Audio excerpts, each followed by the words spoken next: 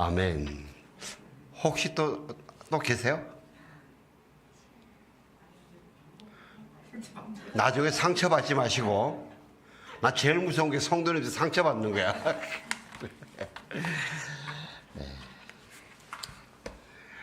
우리 다시 한번 이렇게 풍성하게 사랑과 은혜를 주신 하나님께 감사해요. 아멘. 아멘.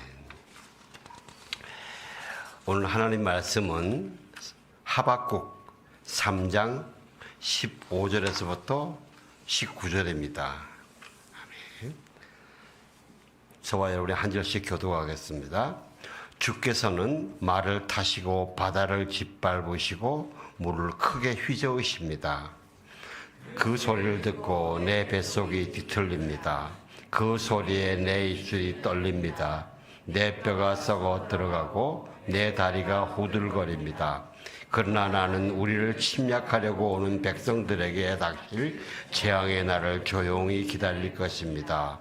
무화과 나무가 싹이 트지 않고 포도나무에 열매가 없다고 해도 올리브 나무에서 수확할 것이 없고 밭은 먹을 것을 생산하지 못해도 우리 안에 양떼가 없고 외양간에 소가 없다 해도 내가 여호와를 기뻐할 것이고 내 구원이 되시는 하나님을 즐거워할 것입니다. 19절 같이 봉독합니다. 주 여호와께서는 내 힘이십니다. 그분은 내 발을 사슴의 발처럼 드시고 그분은 평온에서 나로 하여금 뛰어다니게 하십니다. 이것은 지휘자에 의해 현악기에 맞춰 노래한 것입니다. 아멘. 예, 감사. 감사의 유익은 아무리 말해도 부족함이 없어요. 엄청 많은데 한 가지로 요즘 우리가 제일 겁내는 게 이 병 중에 암이잖아요. 예? 암인데 이 사람이 이거 아시죠? 암 세포가 모든 사람의 몸에 하루에 몇 개씩은 일어나는데 그것이 나에게 있는 면역력으로 항암력으로 이겨나가면서 나에게 암을 이겨나가는 것이지 나는 아예 암 세포가 없는 사람은 없습니다. 네, 그래서 이 발암물질, 이 독성 물질이 계속 외부로 들어오는 것이 음식, 그 다음에 우리 그 환경, 이게 외부로부터 들어오는 것이고 내부에서 일어나는 게 있습니다. 분노, 미움, 우울, 뭐 이런 거예요.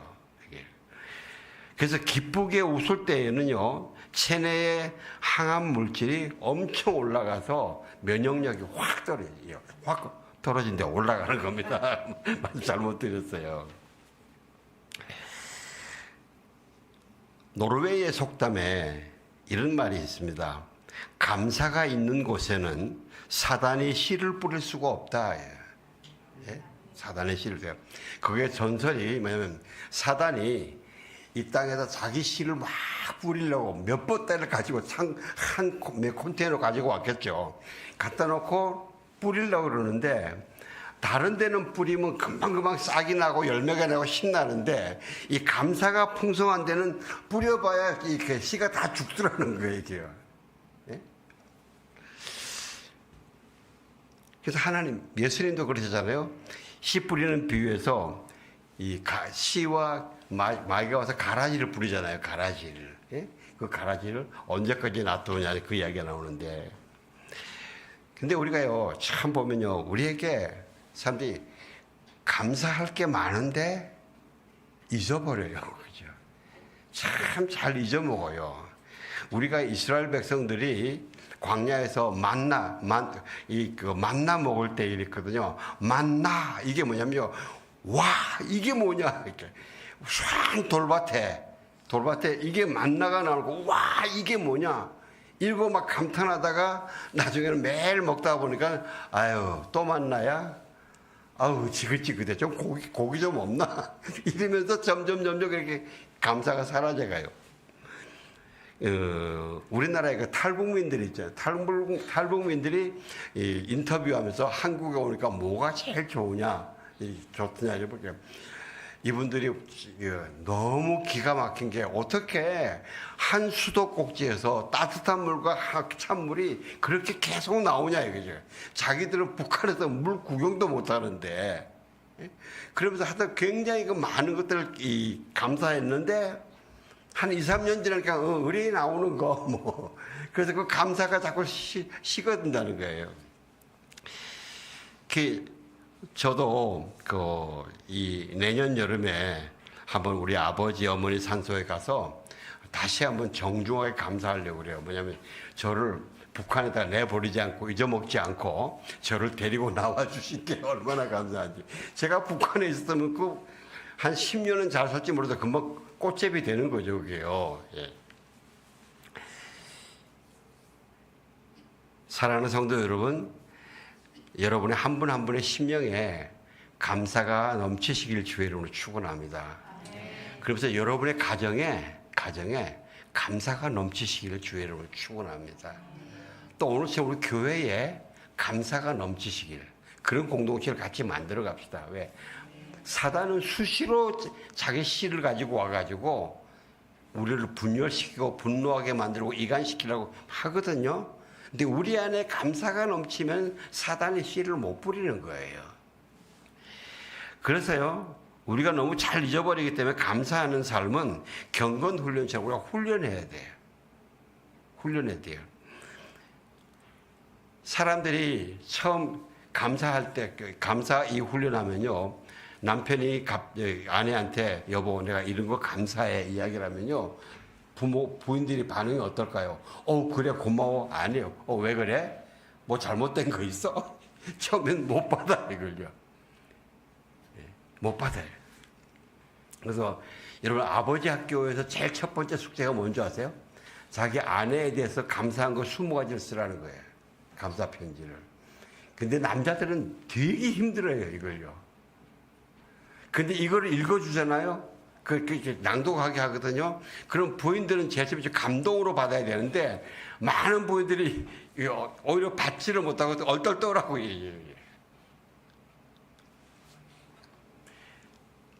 감사는요, 없었던 것이 아니에요.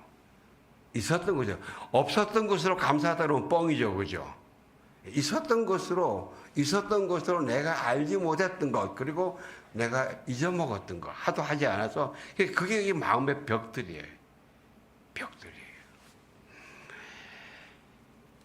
그래서 감사를 가능한 한 상세하게 하시기를 주의 이름으로 축원합니다. 오늘 여기서 공중에 발표하기 때문에 많이 줄였지만은 두 분씩 하실 때, 가족끼리 하실 때는 상세하게 하시길 바랍니다. 근데 어떤 분들은, 그럼 우리 상세하게 해. 바빠 죽겠는데. 바빠도 이거 하세요. 왜냐하면 상세하게 하면 할수록 더 풍성해지고, 더 깊어지고, 더 깊은 치유가 있습니다. 치유.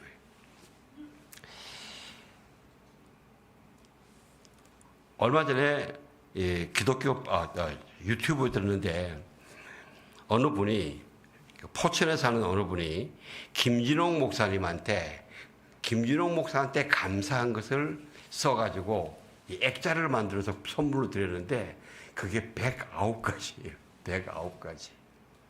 얼마나 디테일하게 썼어요. 그러니까 제가 그걸 보면서 내가 내 아내한테 감사한 걸 쓰라 그러면 109가지 갈까? 자신이 잘 없어요. 아니, 여자분은 자기 남편도 아니고 그 목사님한테 감사 편지를 쓰는데 109가지를 꼽는데 나는 내 아내한테 그 편지를 쓰면서 109가지를 꼽을까? 자신이 없더라고요. 나도 조금 전에 말씀드렸지만, 이거 앞에 한 거잖아. 같은 거잖아. 이거 자꾸 줄이려고 그러죠. 줄이지 마시길 바랍니다. 그리고요, 우리가 감사는 점점 격이 올라가야 됩니다. 수준이 올라가야 됩니다. 이 섬세한 거 하지 말라는 거 아닙니다. 근데 그 수준이 올라가는 겁니다. 오늘 본문은 하박국 3장 17절에서 19절인데 이 복음성가 있죠. 무화과 나무 잎이 마르고 포도 열매가 없으며 감람나무가 열매 그치고 논밭에 식물이 없어도 우리의 양떼가 없고 외양간 송아지 없어도 난 여호와로 즐거워하리. 난 여호와로 즐거워하리. 난 구원의 하나님을 인해 기뻐하리라. 오직 하나님을 기뻐하는 거예요. 여호와 하나님은 최고의 감사의 이 대상이에요. 이 선지자 하박국의 이름은 뜻은 꽉 껴안는다는 뜻이에요. 꽉 껴안는다. 이 감사의 제사를 드리는 하박 선지자를 하나님이 꽉 껴안아 주신 거죠. 이분이 사역한 시기는요, 요시야 왕이 죽고 난 다음에 요시야 왕이 BC 609년에 죽는데 그 4년 후에 1차 바벨론 포로가 일어날 때 그 사이에 이 하박국 선지자가 예언한 것인데 지금 막 나라가 멸망으로 가는 거예요. 멸망으로 바벨론의 포로로 가는 그런 때예요. 처음에 하박국 선지자가 그 나라가 그렇게 돼가는 걸 보고 너무나 가슴이 아프니까 막 하나님께 부르짖습니다. 여호와 하나님, 내가 부르짖어도 주께서 듣지 아니하시니 어느 때까지입니까? 내가 강포로 말미암아 이렇게 외쳐도 주께서 왜 듣지 않으십니까? 어떻게 우리를 이렇게 악을 보게 하십니까? 저 악이 저렇게 횡행하는데 왜 주님은 가만히 계십니까? 모든 걸 다스리시고 만유의 주님이신데 왜 주님이 가만히 있으십니까? 그리고 막 하소연을 합니다. 그랬더니 이 하나님이 1차 대답을 해주시는데 뭐라고 하면 내가 사나운 민족을 일으킨다. 바벨론을 일으킨다는 거죠. 갈대아 사람.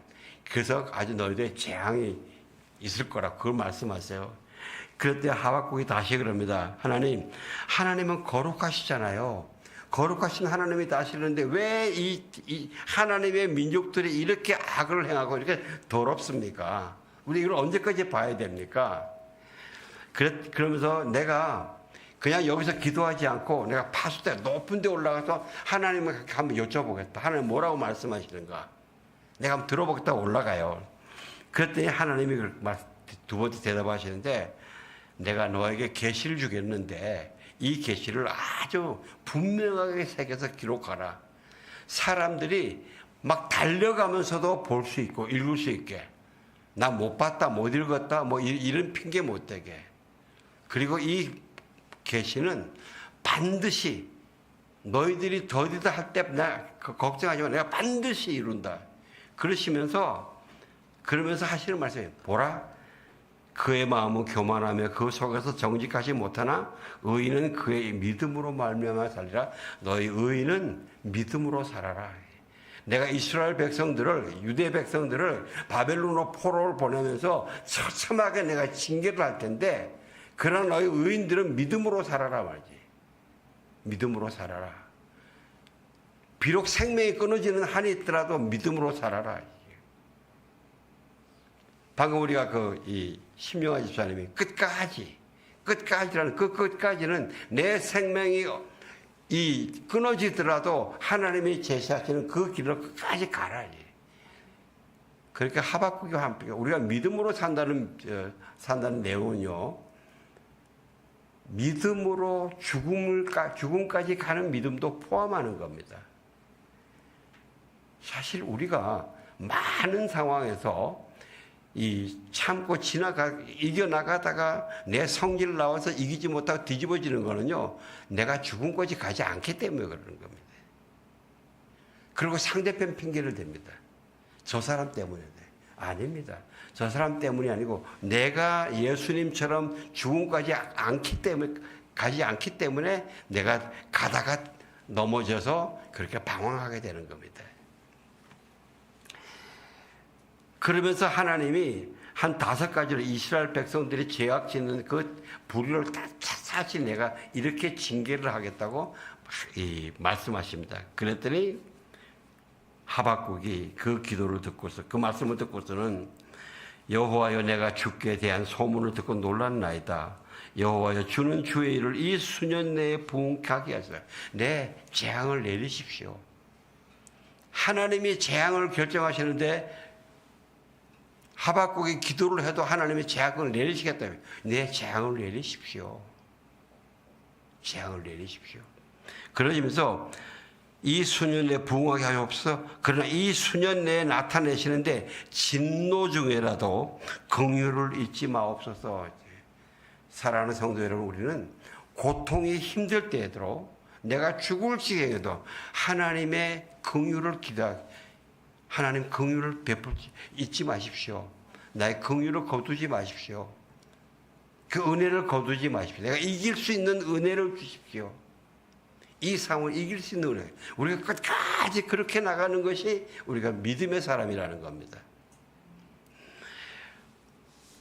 그러면서 하나님께서 이 하박국에게 막 바벨론에 쳐들어와서 이 이스라엘을 파괴시키는 그 영상들을 보여주셨던 것 같아요. 그래서 15절 16절에 주께서는 말을 타시고 바다를 짓밟으시고 물을 크게 휘저으십니다. 그 소리를 듣고 내 뱃속이 뒤틀립니다. 그 소리에 내 입술이 떨립니다. 내 뼈가 썩어 들어가고 내 다리가 후들거립니다. 그러나 나는 우리를 침략하려고 오는 백성들에게 닥칠 재앙의 날을 조용히 기다릴 것입니다. 지금 나와 우리 백성에게는 바벨론의 재앙이 옵니다. 근데 우리는 하나님 안에 있기 때문에 이게 끝이 아니라는 것입니다. 우리는 이 재앙 속에 이 땅의 삶이 끝나더라도 우리의 결국은 영원한 하나님의 구원에, 영원한 하나님의 나라에 간다는 것입니다. 그게 우리의 소망의 가장 근본이라는 것입니다. 이 땅에서 어떤 행복과 어떤 부흥 이런 것들 여기에 매달려 있으면 미안합니다. 반드시 넘어집니다. 그렇다고 우리가 이 땅의 삶을 가볍게 보는 건 안 되지만은 우리의 모든 마음의 소원을 이 땅에 하나님의 영원한 승리, 영원한 생명 이거를 바라봐야 된다. 그렇게 하박국이 그걸 바라보면서 무화과 나무 잎이 마르고 포도 열매가 없으며 감람나무 그치고 논밭에 식물이 없어도 우리의 양떼가 없으며 외양간 송아지 없어도 난 여호와로 즐거워하리. 난 여호와로 즐거워하리. 나는 구원의 하나님을 즐거워하리. 결국은 나를 구원해 주시는 하나님을 즐거워한다. 감사한다. 여러분 가만 보세요. 무화과도 없어요. 포도도 없어요. 감람나무, 올리브죠. 논밭, 이스라엘에 아주 유명한 3대 과일인 무화과, 포도, 감람 다 없단 말이죠. 아무것도 없어요. 그럼 논밭에 식물도 없고 우리의 양떼가 없어요. 또 외양간 소도 없어요. 아마 염소만 있나 봐요. 완전히 황폐하잖아요. 아무것도 없어요. 그래도 나는 여호와를 즐거워하라. 여호와를 즐거워하리.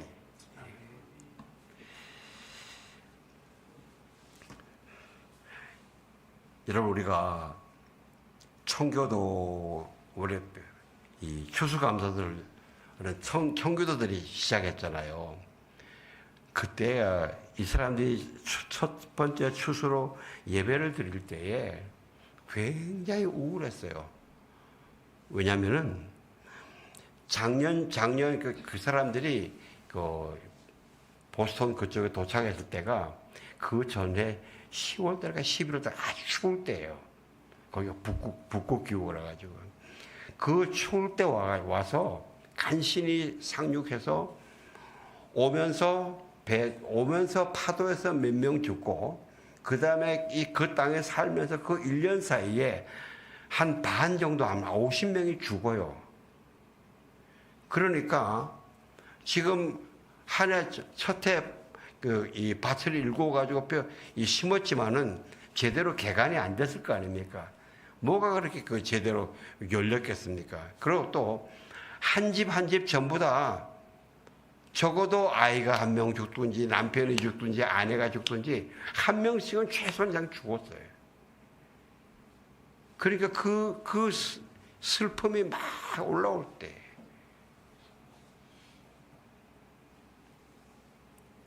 그럴 때 모두가 우울해 있을 때에 그냥 목사님은 그냥 일상의 예배를 드리려고 그럴 때 들으려고 그러니까 너무 막막하니까 마음 무겁게 있는데 어느 한 성도님이 우리 비록 우리 그렇게 엄청난 어려움들을 겪었지만 그래도 하나님께서 하셔서 요만큼 우리가 농사를 지을 수 있지 않느냐.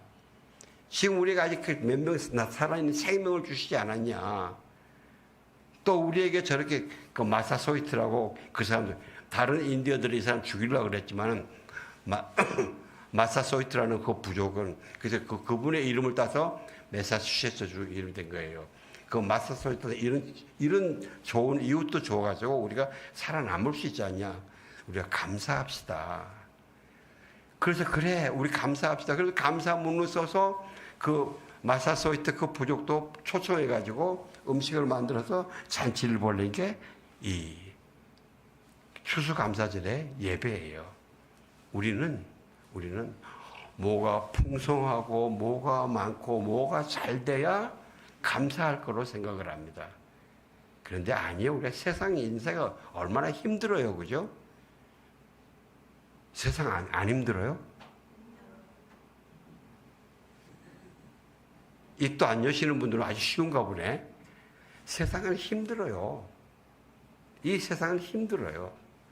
근데 이 힘든 세상을 하나님께서 우리에게 성령을 주시는 것은 십자가를 주시고 보혈의 능력을 주시고 말씀을 주신 것은 이 힘든 세상을 하나님의 것으로 싸워 이겨서 승리하며 나아가라고 그래 주시는 거예요. 우리는 그렇게 싸워 이겨 나가야 됩니다. 여러분 노르웨이 속담대로 사단이 씨를 뿌릴 수 없는